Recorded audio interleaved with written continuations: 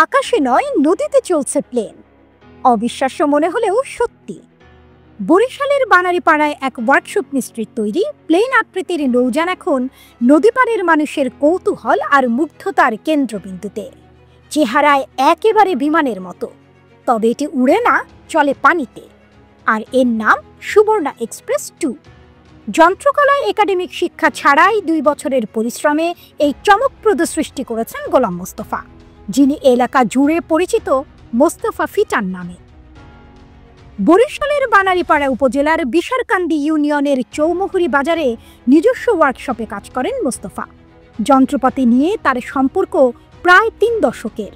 ছোটবেলায় ওয়ার্কশপে হাতে খড়ি নেওয়া মোস্তফা ধীরে ধীরে হয়ে ওঠেন দক্ষ মেকানিক।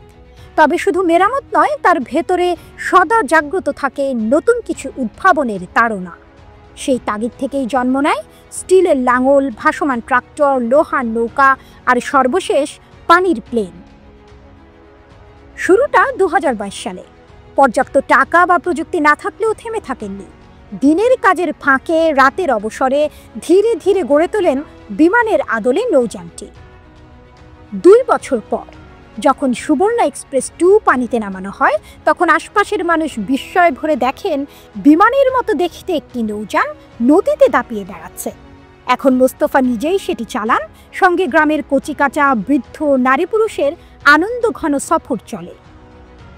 18 জন যাত্রী ধারণ ক্ষমতা সম্পন্ন এই নৌযানটি 24 ঘন্টা নদীতে চলতে পারে। এতে ব্যয় হয়েছে প্রায় 2,70,000 টাকা। সম্পূর্ণভাবে নিজস্ব প্রযুক্তি, মেধা আর শ্রম দিয়ে তৈরি প্লেনটির কাঠামো লোহার, আর চালনা হয় মোটর ইঞ্জিনে। গোলাম মোস্তফা বলেন, সঠিক পৃষ্ঠপোষকতা পেলে আমি আরও এমন সব টেকসই উদ্ভাবন করতে পারি যা মানুষের কাজে আসবে। তার বিশ্বাস, শ্রম নয়, উদ্ভাবনী চিন্তা, ধৈর্য আর প্রচেষ্টা থাকলে কোনো প্রযুক্তি গ্রামীণ মাটিতে অসম্ভব নয়।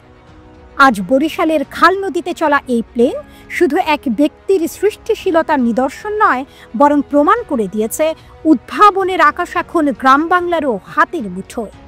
আর মুস্তফা সেই গ্রামেরই এক নীরব নায়ক। ডেস্ক রিপোর্ট, চায়ের জনপদ।